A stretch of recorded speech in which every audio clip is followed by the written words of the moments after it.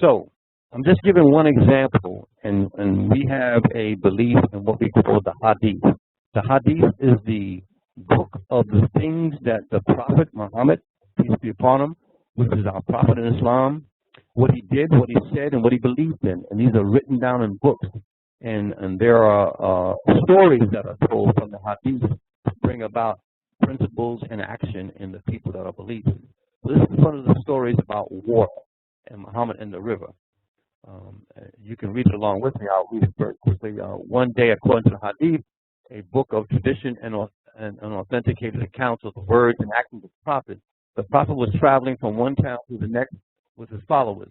They were just crossing a river when it became time for prayers. And we make prayers 5 times a day, but there's an ablution, a wudu, a washing of the hands, face, and the feet before we say prayers, which needs water.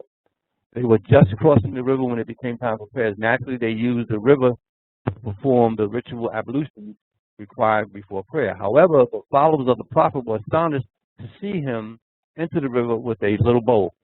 This he filled with water, and it was this water with which he performed the ablution.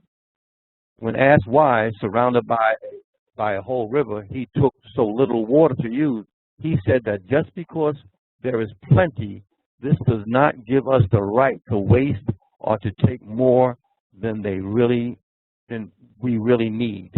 And this is one of the most powerful stories that Muslims use to teach about our need to respect the environment. And even today in the modern world, Islamic teachers and leaders need to remind people not to waste resources. This is one of the main examples they still use. Sometimes when faith-based environmentalists work on projects, all they need to do is remind local people of the stories they know already. And this works in all regions. The stories are what bring about the change and the paradigm shifts that are needed to bring people to change, to become change agents. And so going with the water and mapping our communities, the Youth Adventure Nature Network discovered that the Department of Environmental Conservation had the summer camps that I was talking about, and the ages go from 11 to 17, but young people being given scholarships, or what we call camperships, to go to environmental education camps during the summer.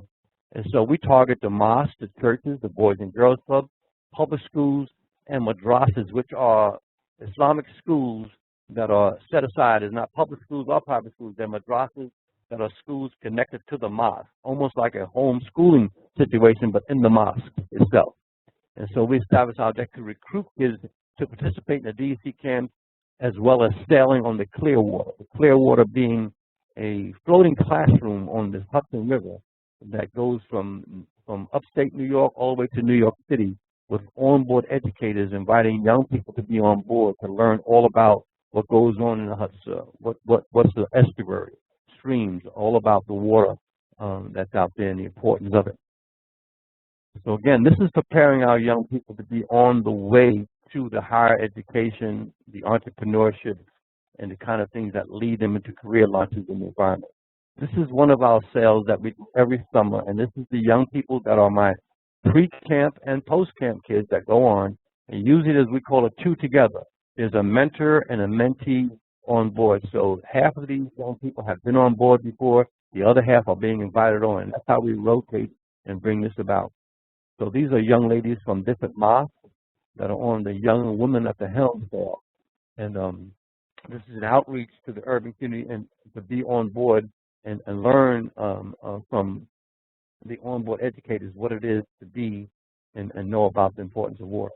Our Young Men at the Helm also sail at a different time. So we have an opportunity for 50 people to sail on the Hudson. We put them on in Albany, pick them up in New York City 3 days later. They're sailing for 3 days, camping out each night and going through processes of workshops and different sessions, all about the importance of water and the importance of conservation and preservation.